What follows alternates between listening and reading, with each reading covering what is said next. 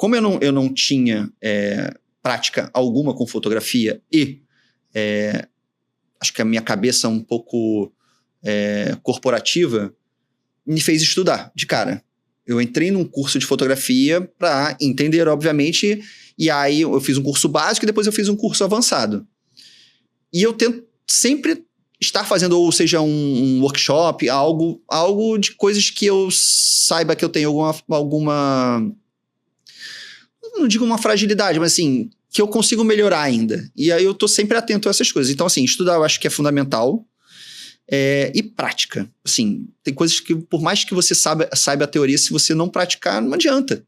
Não adianta. Você precisa se colocar em situações difíceis na fotografia para você saber como você vai burlar aquela situação. Entendeu? Por exemplo, se você vai fotografar dentro d'água e você não tem nenhuma relação com o mar, primeiro você tem que fazer uma natação. Ou fazer um curso de apneia, seja o que for. Né? E você precisa ir para o mar para você entender como é que é a dinâmica daquilo ali. Né? Se tem correnteza, se não tem, como é que você lida com a correnteza. Se tiver correnteza, como é que você vai se posicionar? Como é que você gasta menos energia, mesmo tendo correnteza, para você estar sempre no lugar ideal, né? Para você fotografar. Como você se posiciona? O que você quer fazer, né? Qual é a sua ideia de fotografia e como você vai se posicionar para conseguir aquele resultado. Então, a prática te leva a isso, né? Então, assim, estudar, praticar e provocar esse ambiente que você quer se inserir. Seja no futebol, cara, vai fotografar um campeonato de futebol, entendeu? E depois dar essas fotos para o time que estiver jogando. A mesma forma desses trabalhos autorais que eu faço. É uma forma de eu ir me inserindo num esporte que eu não conheço, né? Num nicho que eu não conheço, onde tem todo um ecossistema já montado ali de marca, atletas, enfim, campeonatos. Se você, assim, não... Se você não se testar nesses ambientes, e para você se testar nesse ambiente, você tem que, obviamente, começar muito humilde, né? Assim, eu vou dar as fotos para aquele cara, eu vou lá fotografar e vou dar as fotos para eles, entendeu? Obviamente não vai ter nenhuma remuneração nesse momento. Uhum. Eu acredito que quando você vai fazendo isso, esses testes, em algum momento esse ambiente olha para você e fala, tem um olhar interessante aqui, tem algo aqui interessante. E aí você acaba...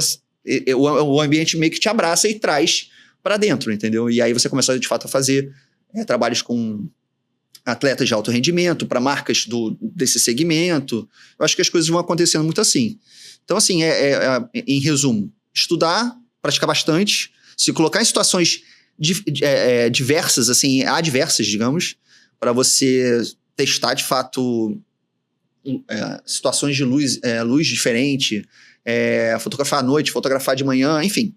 Testar essas variáveis todas e se é esporte que você quer, se você já tem mais ou menos uma noção de direção que você quer dar para sua carreira, já começa a ir se inserindo aos poucos nele. Entendeu? Nossa, muito bacana. Você sabe que você estava falando isso e eu dei uma viajada assim, entrei na água, quando você falou, a gente na água, acho que eu entrei junto ali com você, né? E não é só a fotografia, né, naquele momento, não. Porque você tem a água. Você está ali lidando com o seu corpo, quando você falou, poxa, tem que fazer um curso, né?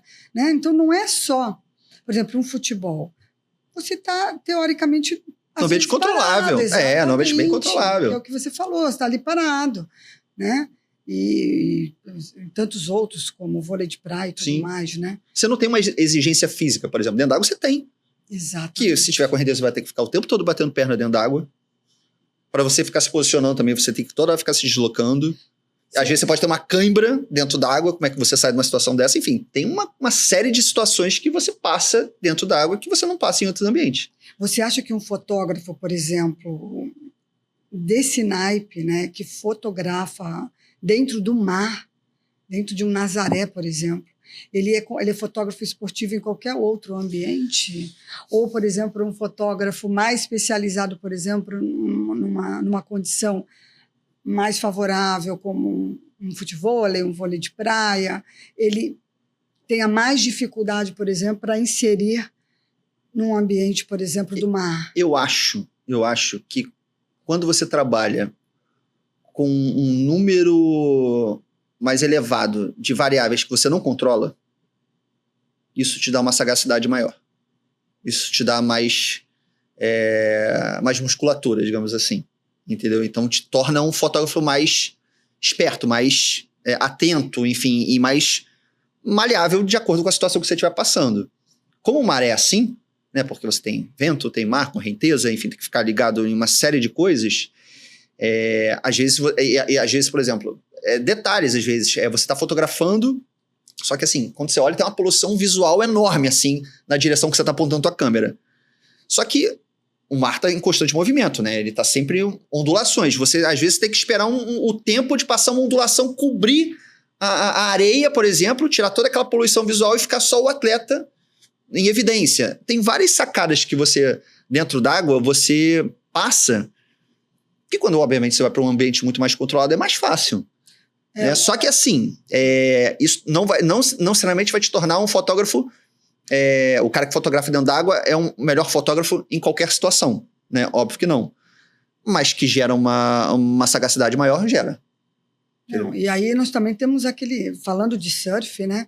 Nós temos aquele fotógrafo que também fica na areia, não é isso? Sim. É um outro aparelho, é um outro equipamento, é uma outra abordagem, não é isso? Com certeza, com certeza. E às vezes quando você vai fazer um trabalho para uma marca, ou enfim, até para um atleta mesmo, você tem as duas situações, tem um cara dentro d'água, porque assim, você não vai pegar todas as situações. Se for uma onda, tipo assim, uma onda muito extensa, Praia da Barra ou da Macumba, que a arrebentação é lá embaixo, você não vai conseguir registrar a onda toda do cara. Você vai registrar você vai se posicionar para, cara, aqui tem um momento importante da onda, então eu vou ficar aqui. Ou seja, conhecimento... Exatamente, do local, exatamente, né? Só que assim, o cara pode fazer uma manobra maravilhosa depois que passar por você. Aí o cara da areia pega. Porque o cara da areia, ele tá pegando a onda inteira.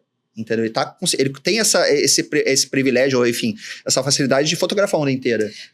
São cliques diferentes. São lentes diferentes. Totalmente diferente. A câmera é a mesma. Né? A câmera em si é a mesma, mas a lente que você está usando, se você usa uma caixa estanque, né, que é para ir para dentro da água, ou para fora se você está usando uma... Enfim, são equipamentos totalmente diferentes. E aí a gente falando da sua lente, nós estamos falando um pouco da sua identidade. Porque é você se colocando ali para pegar o melhor clique, né? Sim. Existe uma fala dentro da fotografia que, assim, a fotografia fala muito mais de você do que do objeto que está sendo fotografado. Porque é a sua visão.